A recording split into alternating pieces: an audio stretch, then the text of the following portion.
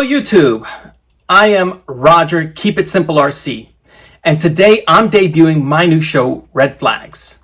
We're going to take prospects with question marks from the 2022 NFL Draft who may or may not have been drafted, and attempt to dive into their history to understand why they were marked as red flags. We want to understand what were the circumstances that led to their concerns, be that injury or character or some other question mark that turned off some teams from taking them. Now, before I go on, for those folks that are going to tune out before I dive into the weeds on today's player, be sure to drop a like and comment on the name of a rookie of interest that you'd like me to dig up the dirt on to discuss for a future show. They don't have to be drafted. They could have been a rookie free agent. Doesn't matter. In any case, for the people that watched my last series, the NFL Mock Draft Show, thanks for being a loyal viewer. I was going to say listener, but I'm not really on the radio, so. Okay. All right. Anyways, let's get into it. Again, my name is Roger, Keep It Simple RC.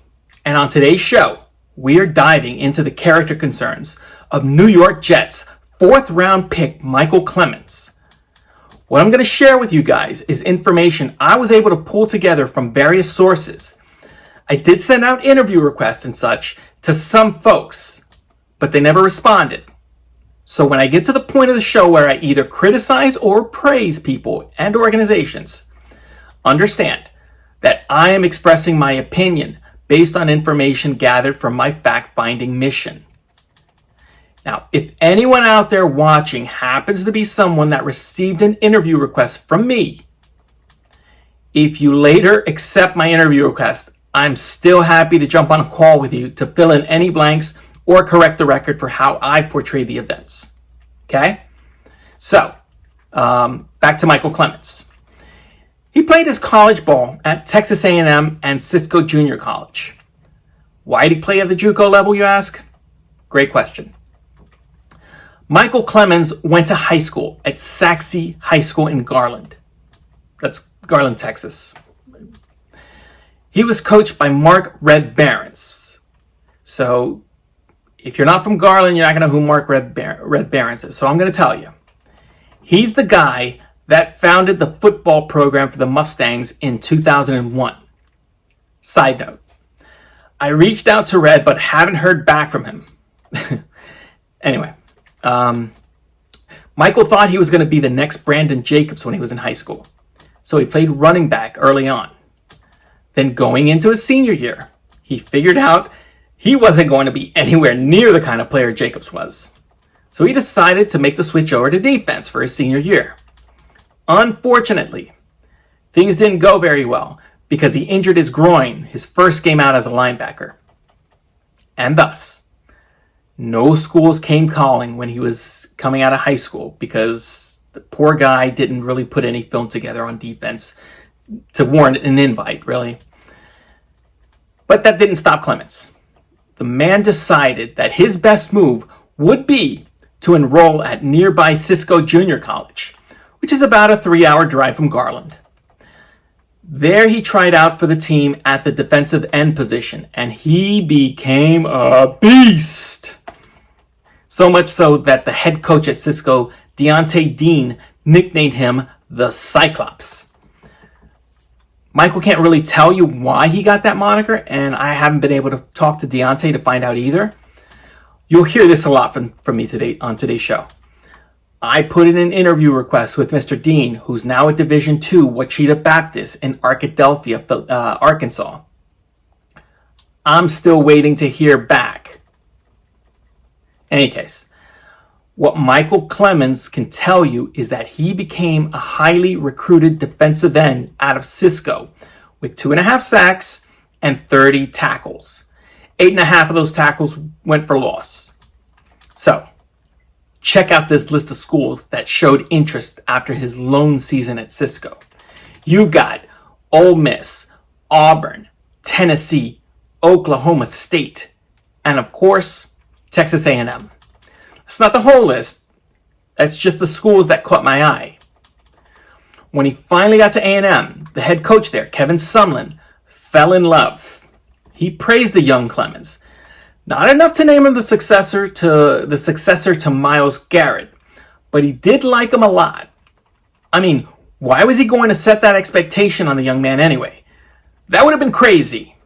Plus, Clemons still needed to fill out his body, which he did after arriving at A&M, where he took advantage of the meal plan so much that he added 100 pounds to his frame. Let me tell you something, folks. Micheal Clemons, he's no stranger to adversity. He had to deal with a groin injury in high school, and then he had to walk on at Cisco Junior College just to put together some film for prospective school programs. So it shouldn't come as a surprise that he was about to experience more adversity at Texas A&M. As luck would have it, and unfortunately for the coach, Kevin Sumlin, he only got to coach the young Micheal Clemons for one season because Texas A&M fired him the following season for the following the 2017 season. Look, Sumlin put together an impressive 51-26 overall record for the Aggies, and it was hard for athletic director Scott Woodward to deny how good he was for the program.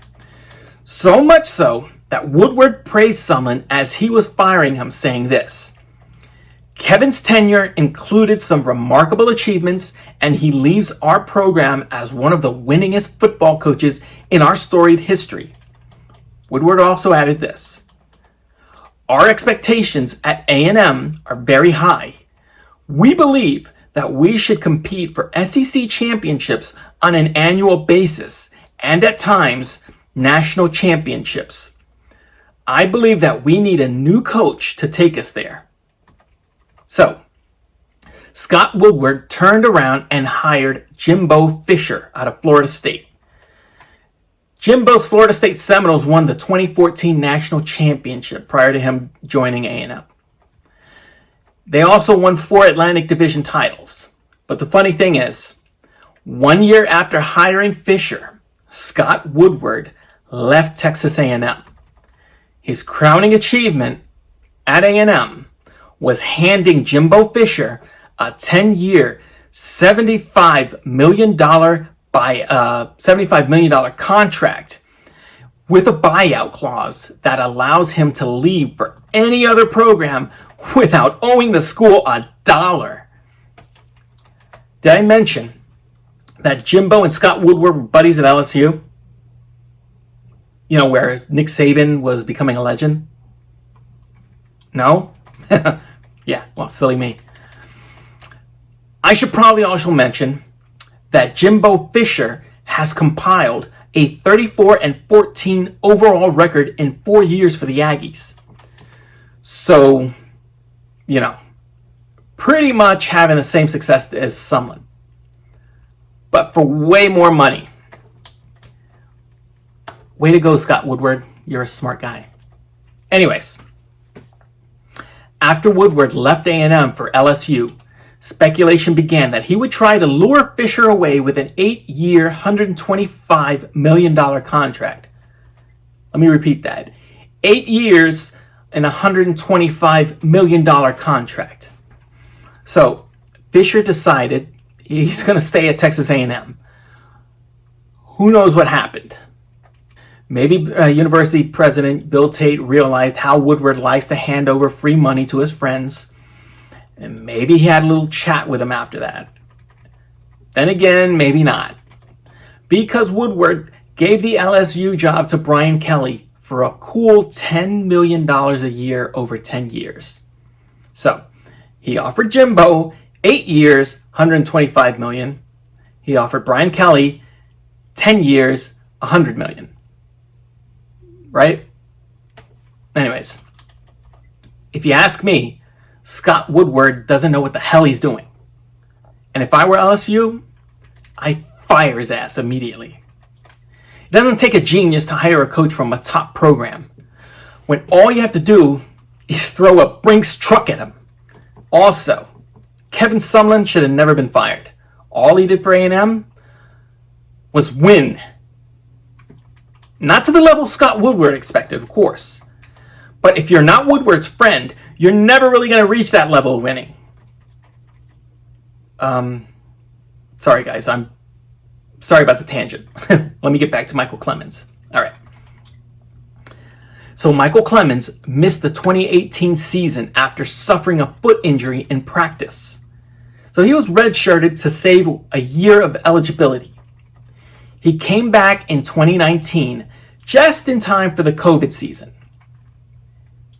In that season, he played all 10 games. He recorded half a sack and 28 tackles, with 2 of those for loss. Nothing to get excited about, I know. Then came 2020.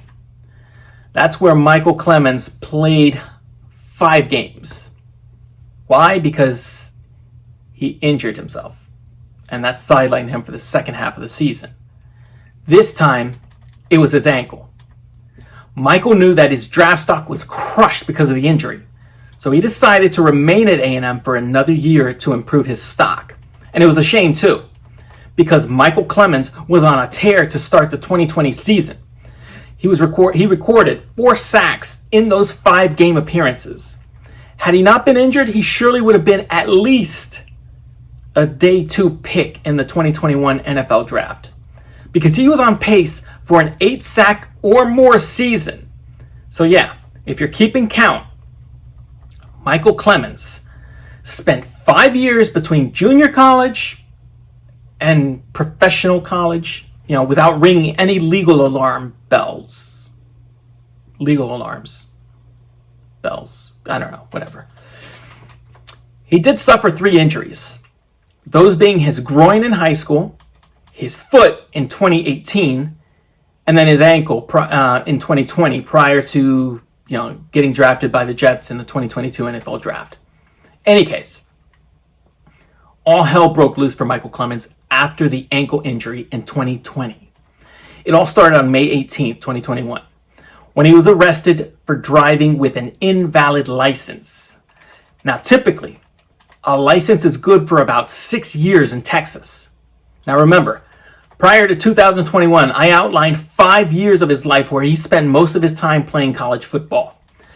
I would guess that Micheal Clemons originally got his license when he was in high school. Again, I can only guess that because I can't get in touch with anyone to verify this. So given that, everything would naturally have gone well for him in college until that license expired.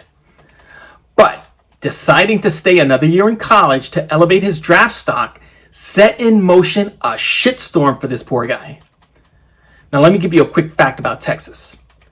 Driving with an invalid license is considered a Class B misdemeanor with a fine of up to $500.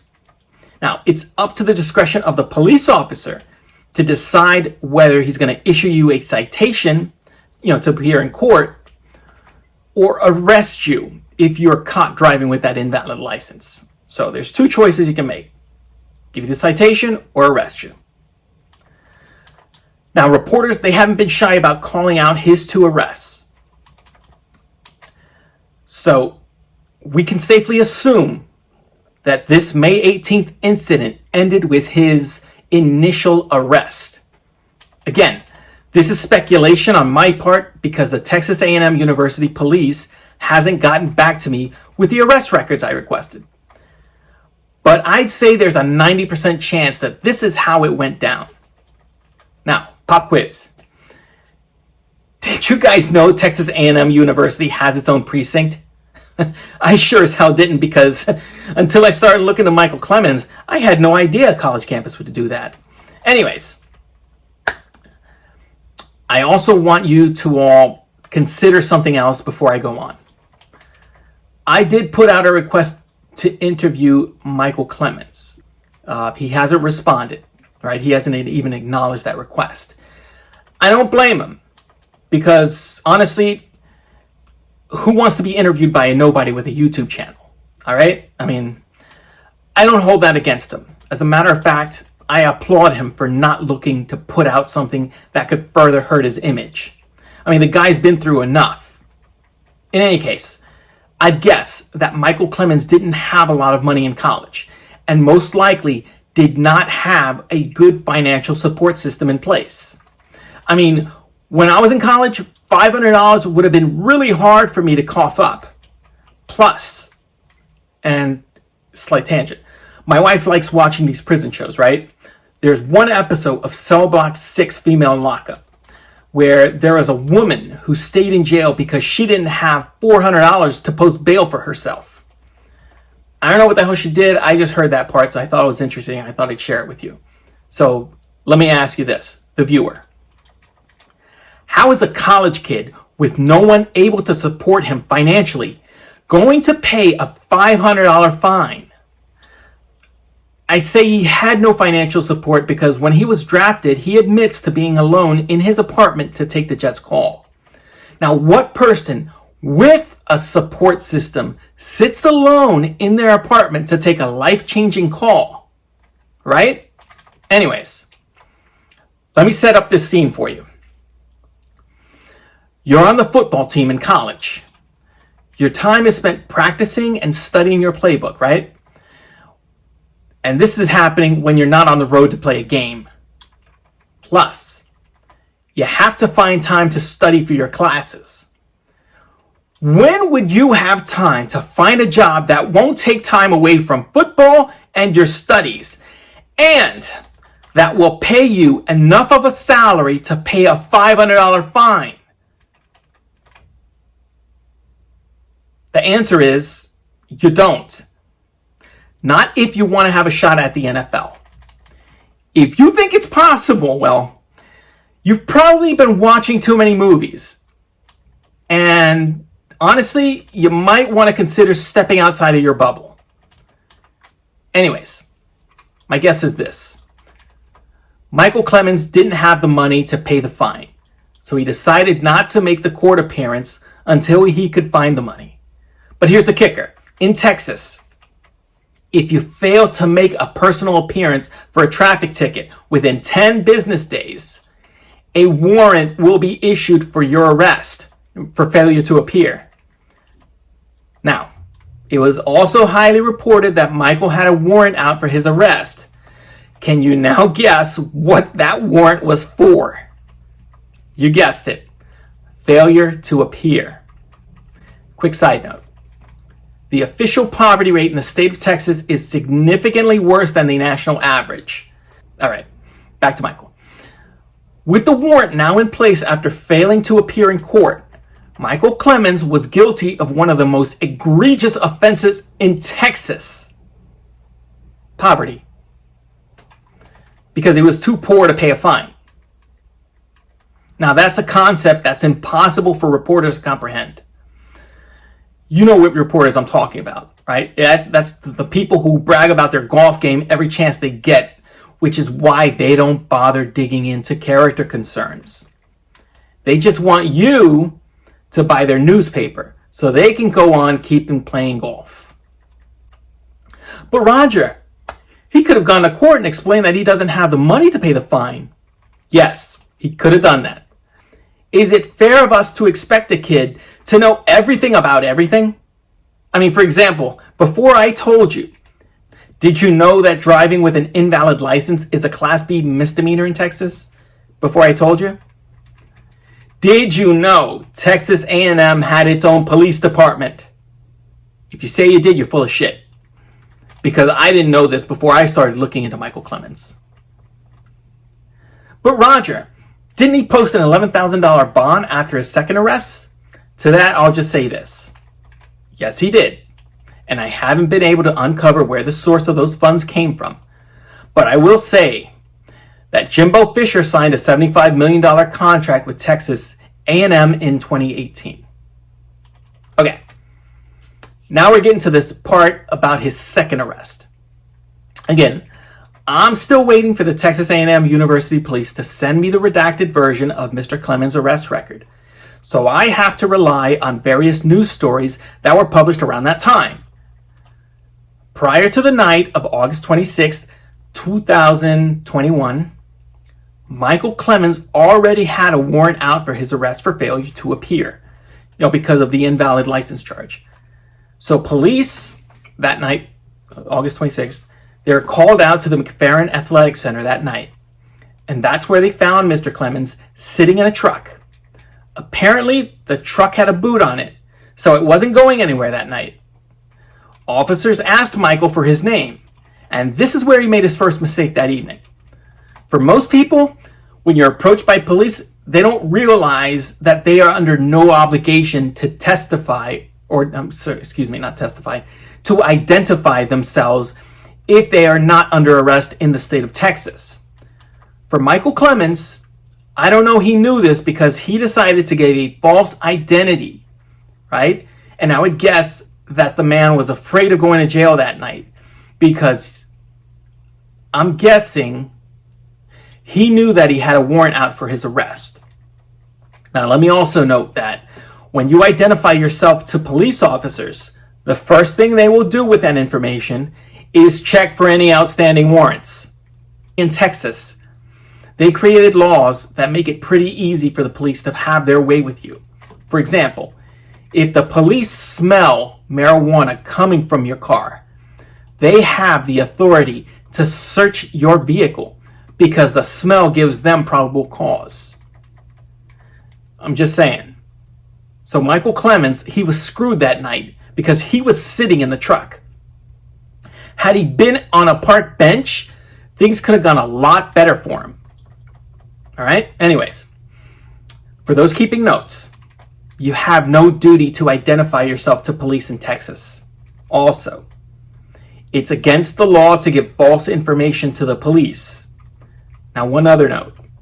If you are under arrest in Texas, the only information you have to give is your name, date of birth, and address. Any other information you give to police officers is basically you doing their job for them.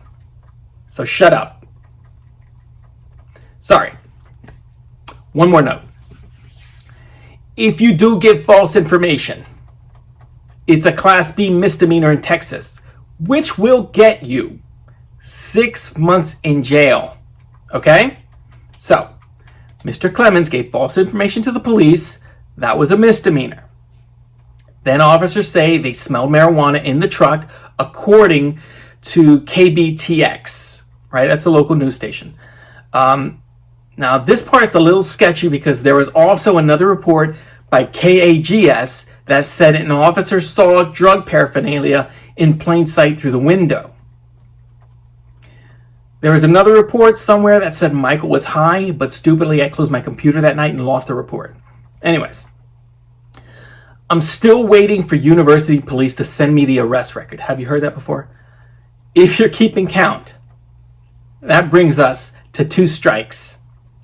So with the smell of marijuana excuse in their back pocket, the police were able to search the truck and they found 2 backpacks.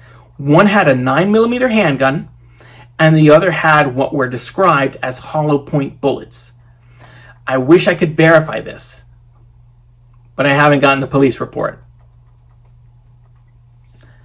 But Roger, Texas is a permitless open carry state. Why is possession of a handgun a crime? Well, that's because the state of Texas decided we'll let you have your guns, but not at sporting events, and your gun has to be holstered. And then to add insult to injury, Texas A&M decided they don't want guns on campus, so it became a crime to have a gun on school grounds. And that's where we get the unlawful carrying of a weapon charge from.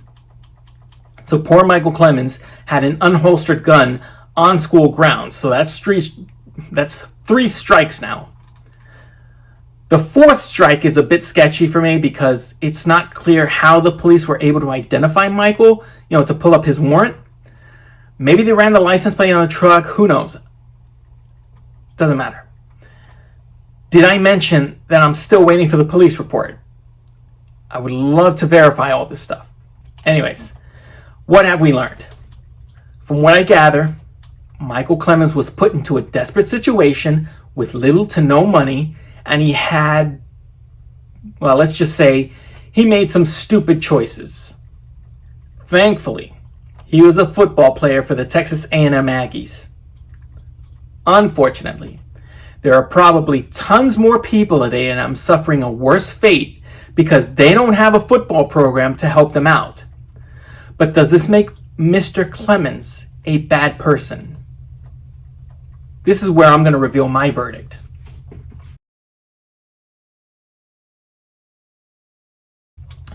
What do you guys think first? Are we picking up the flag on Micheal Clemons? I think you can all guess how I'm going to rule. I say Micheal Clemons was desperate. And when people are put into desperate situations, they tend to make stupid decisions.